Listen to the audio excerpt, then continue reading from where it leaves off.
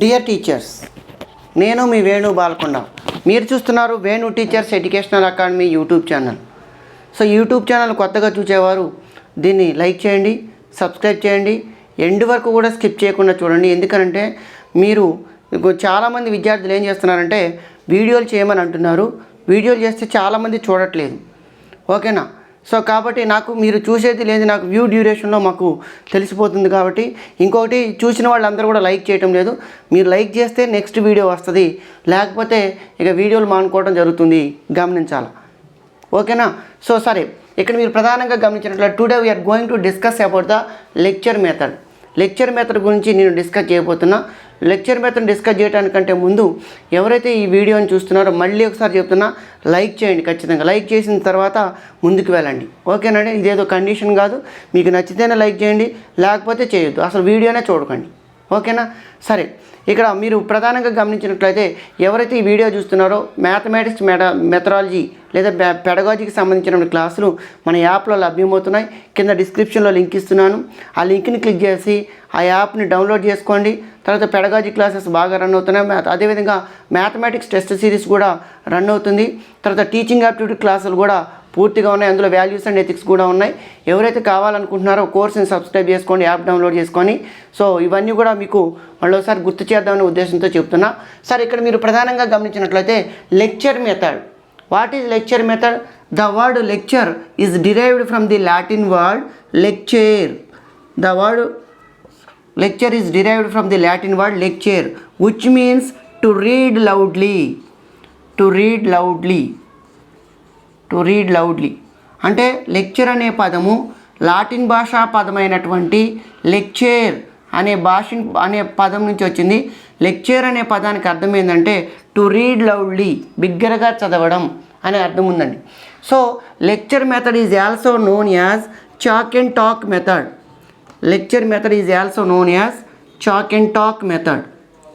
Chalk and talk method.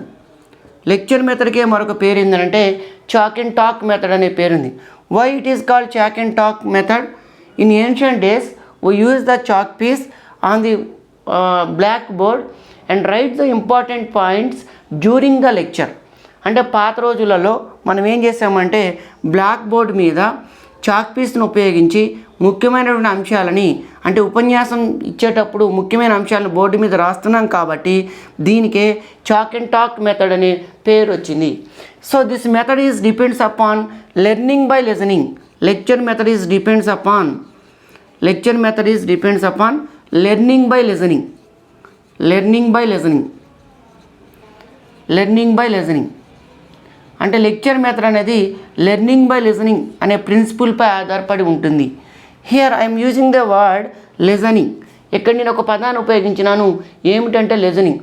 Here there is a two terms like listening and hearing. What is the difference between listening and hearing? There is a lot of difference between listening and hearing.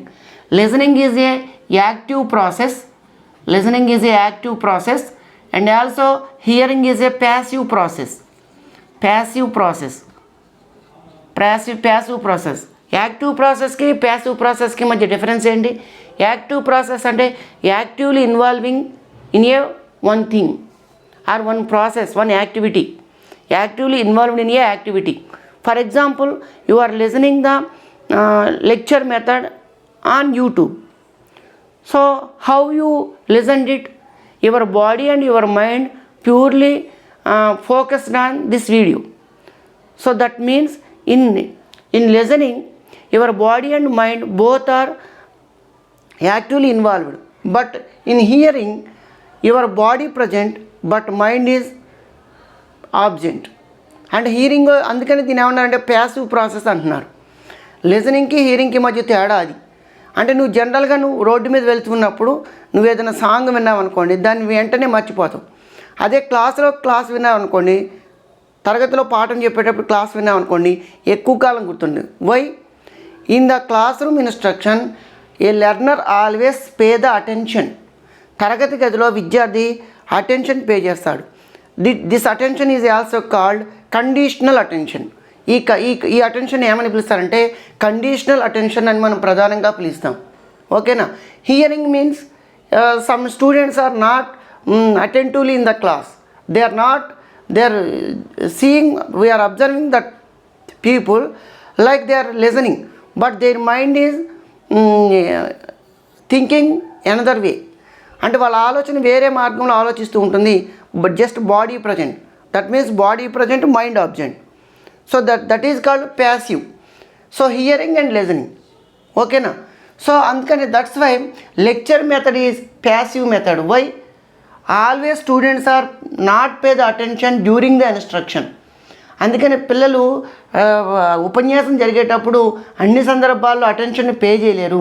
So that's why this is also known as passive method, నిష్క్రియాత్మకమైన పద్ధతి అని కూడా మనం పిలుస్తున్నాం. గమనించాలి. Course this method is continued by the this method is followed by the teacher in generally up to 45 minutes. ఈ మెథడ్ని teacher ఎప్పటిదాకా అనుసరిస్తాడు అని అంటే జస్ట్ 45 minutes దాకా మాత్రమే అనుసరించడానికి అవకాశం ఉంది. Why? Any student can maintain the attention just 45 minutes. Just 45 minutes వరకు అటెన్షన్ పే చేయడానికి అవకాశం ఉంటుంది. అందుకని యూట్యూబ్లో వీడియోస్ కూడా జస్ట్ 20 minutes నుంచి 25 minutes బిట్వీన్ ఉంటే అది ఎఫెక్టివ్గా ఉంటుంది. ఎందుకనంటే అంతకంటే ఎక్కువ పే చేయలేరు అటెన్షన్. ఎందుకంటే చూస్తుంటారు కాబట్టి కళ్ళు కూడా కొంచెం ప్రాబ్లం అవుతుంది, అటెన్షన్ పే చేయలేరు. అదే తరగతి గదిలో డైరెక్ట్గా ఉంటుంది కాబట్టి ఇంటరాక్షన్ ఉంటుంది కాబట్టి 45. So in this lecture method there is a 3 learning process involved. Lecture మెథడ్లో 3 రకాల అభ్యసన క్రియలు నిమగ్నమై ఉంటాయి. What are the 3 learning process? ఏంటి 3 రకాల ప్రక్రియలు, అభ్యసన ప్రక్రియలు ఏంటి అని గమనించినట్లయితే first one is listening. First one అనేది వినడము. Second one is retention. దీన్ని ఏమంటారంటే రిటెన్షన్, ధారణ లేదా మననం అని కూడా పిలుస్తారు. తర్వాత థర్డ్ వన్ ఈజ్ రెసిటేషన్, వల్లెవేయడం. అంటే విన్నదాన్ని విన్నదాన్ని ఏం చేయాలంటే మరలా వల్లెవేయడం. ఓకేనా? దీన్నే తెలుగులో ఏమంటారంటే నిధిధ్యాసనం అంటారు. So in lecture method there is a 3 process involved. First one is listening. During the instruction a learner always focus on lecture. This focus also called controlled attention. ఈ ఫోకస్ని ఏమంటారంటే కంట్రోల్డ్ అటెన్షన్ అంటారు, లిజనింగ్ అంటారు. Second one is retention. దీన్నే ధారణ అంటారు. దాని అంటే విన్నదాన్ని గుర్తుకు తెచ్చుకోవడం. దీన్నే మననం అంటారు. అంటే ఒక విషయాన్ని మరలా గుర్తుకు తెచ్చుకొని ఇక్కడ ఉంచడాన్ని ఏమంటారంటే రిటెన్షన్, మననం. రెసిటేషన్, వల్లెవేయడం అంటారు దీన్ని. అంటే గుర్తుకు తెచ్చుకున్నాన్ని మరలా వల్లెవేయడం. అప్పుడు ఏమవుతుందంటే పాయింట్స్ అన్నీ కూడా గుర్తుంటాయి. నేను క్లాస్ మొత్తం చెప్పిన, సార్ ఏం చెప్పిండు, సరే క్లాస్ చెప్పేటప్పుడు మీరు జాగ్రత్తగా అటెంటివ్గా ఉంటారు. That is called listening. Retention means sir ఏం చెప్పిండు ఒకసారి దాన్ని లాగుతారు, దీన్ని రిటెన్షన్ అంటారు. రిసిటేషన్, వల్లెవేయడం అంటే ఏంటి, చెప్పిందాన్ని మరలా ఉచ్చరిస్తూ ఉంటారు. ఇలా ఉచ్చరిస్తే ముఖ్యమైన పాయింట్ని ఉచ్చరిస్తే దాన్ని ఏమంటారంటే రెసిటేషన్ అంటారు. ఈ 3 కూడా అన్కాన్షియస్గా జరుగుతూనే ఉంటాయి అనే విషయాన్ని గమనించాలా. There is 3 steps involved in lecture method. What are they? First one is introduction. Second one is presentation. Third one is conclusion. These 3 steps are very, very important in lecture method. Okay, lecture methodలో 3 steps ఉన్నాయండి. First one is introduction, second one is presentation, third one is conclusion. Presentation is also called explanation. Second one is also called presentation, nothing but explanation. వివరణ అంటారు presentation అంటే, గమనించాలి. This is and finally conclusion. Introduction means if you start any lecture, first of all you will introduce the topic. How to introduce it? Test the previous knowledge and also you motivate the learner, and finally you declare the topic whatever you lecture. ఏదైతే నువ్వు ఉపన్యసించబోతున్నావో ఆ ఉపన్యసించే topic యొక్క title ఏదైతే ఉందో దాన్ని declare చేస్తావు. అంటే these all are coming under the introduction. నువ్వు కొద్దిగా introduce the previous experiences of the learner, test of previous knowledge, and also provide the motivation, and finally you declare the topic of the lecture. So ఈ విధంగా మనం ఏం చేస్తామంటే ఇంట్రడక్షన్లో ఈ 3 అంశాలను కూడా మనం చేయడం జరుగుతుంది. Second one is presentation. How can you present it?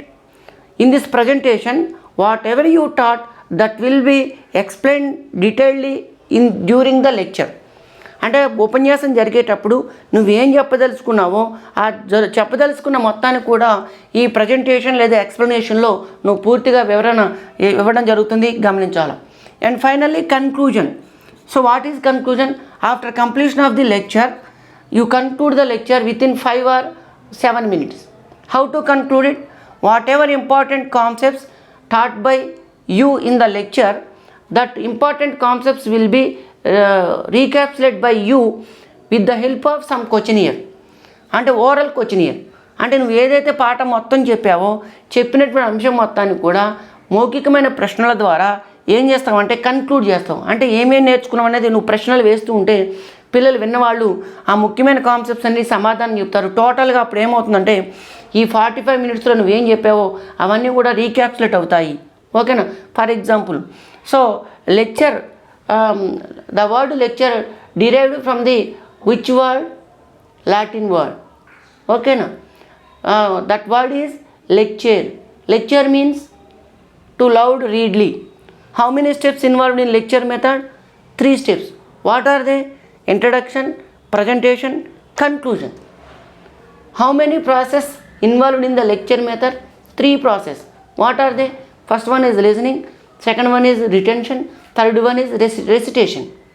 ఇట్లా మనం ఏం చేస్తున్నాం, నేను ఏదైతే పాఠం చెప్పానో చెప్పినటువంటి అంశాలని ఒకసారి ప్రశ్నలు వేస్తుంటే మీరేం చేస్తుంటారు, సమాధానం చెప్తూ ఉంటారు. ఓకేనా? అలా చెప్తే దాన్ని ఏమంటారంటే, అంటే కన్క్లూజన్లో నువ్వేం చేస్తావు, చెప్పిన పాఠాన్ని ఒకసారి ఆ చెప్పిన కాన్సెప్ట్స్ అన్ని ప్రశ్నలు వేయడం ద్వారా, లేకపోతే టీచర్ ఏం చేస్తారంటే డైరెక్ట్గా మనం ఈ లెక్చర్ మెథడ్లో ఏం నేర్చుకున్నామంటే ఓకేనా అని మొత్తం చెప్తాడు. Lecture method is also known as chalk and talk method. This is depends upon learning by listening. ఓకేనా? Lecture method involved in 3 learning process. Lecture method have 3 steps. ఇట్లా మనం ఏం చేస్తామంటే మొత్తాన్ని కన్క్లూడ్గా చేసి ఒక ఉపాధ్యాయుడు చెబితే ఇంకొక ఉపాధ్యాయుడు ఏం చేస్తాడు, ఇంకొక లెక్చరరు దాన్ని క్వశ్చన్స్ వేయడం ద్వారా చేస్తాడు. This is called conclusion. అంటే that is depends upon the way of style of the teacher. అంటే ఉపాధ్యాయుని యొక్క వే ఆఫ్ స్టైల్ ఏదైతే ఉందో దాన్ని బట్టి ఒక అతను ప్రశ్నలు వేస్తాడు, ఒక అతనేమో ఎక్స్ప్లెయిన్ చేస్తాడు. మొత్తం చెప్పిందని ఒక 2-3 మినిట్స్లో మొత్తాన్ని కూడా కన్క్లూడ్ చేసే అవకాశం ఉంది. This is called conclusion. ఓకేనా? Then what are the merits of the lecture method? మళ్ళీ లెక్చర్ మెథడ్ యొక్క ఉపయోగాలు ఏంటి? Okay, this is useful for higher level of students. ఉన్నత స్థాయి విద్యార్థులకు ఉపయోగపడుతుంది. With in the short period we complete the large amount of syllabus. తక్కువ సమయంలో ఎక్కువ సిలబస్ని మనం కంప్లీట్ చేయడానికి ఉపయోగపడుతుంది. This is most teacher centric teaching method. దీన్నే అంటే అత్యంత ఉపాధ్యాయ కేంద్రీకృత పద్ధతి అని అంటారు. ఓకేనా? With in the limit period we complete the syllabus. తక్కువ సమయంలో సిలబస్ని కంప్లీట్ చేయడానికి ఉపయోగపడుతుంది. This is useful for big classes. పెద్ద సంఖ్యలో ఉన్నటువంటి విద్యార్థులు ఎవరైతే ఉంటారో ఆ క్లాసులకి ఈ లెక్చర్ మెథడ్ అనేది ఉపయోగపడుతుంది. This all are the merits of the lecture method. What are the demerits of the lecture method? మన లెక్చర్ మెథడ్ యొక్క డీమెరిట్స్ ఏంటి అని గమనించినట్లయితే, ఇట్ ఈజ్ అన్సైకలాజికల్ మెథడ్. ఇది అన్సైకలాజికల్ మెథడ్ అని మనం ప్రధానంగా చెప్పొచ్చు. ఓకేనా? It is not useful for primary learners. ప్రాథమిక స్థాయి విద్యార్థులు ఎవరైతే ఉంటారో వాళ్ళందరికీ ఇది ఎక్కువగా ఉపయోగపడుతుంది. It is mainly focus on abstract concepts or it is explain the abstract concepts. ఇది ఎక్కువగా అమూర్త విషయాలు, అమూర్త భావాలను బోధించడానికి ఎక్కువగా ఉపయోగపడుతుంది. ఓకేనండి? So these all are the demerits of the lecture method. ఓకేనా? ఇటువంటి మంచి వీడియోల కోసం మీరందరూ కూడా ఈ ఛానల్ చూస్తూ ఉండండి. ఆటోమేటిక్గా ఎగ్జామినేషన్లో సక్సెస్ కావడానికి ఉపయోగపడుతుంది. Thank you. 1 and all.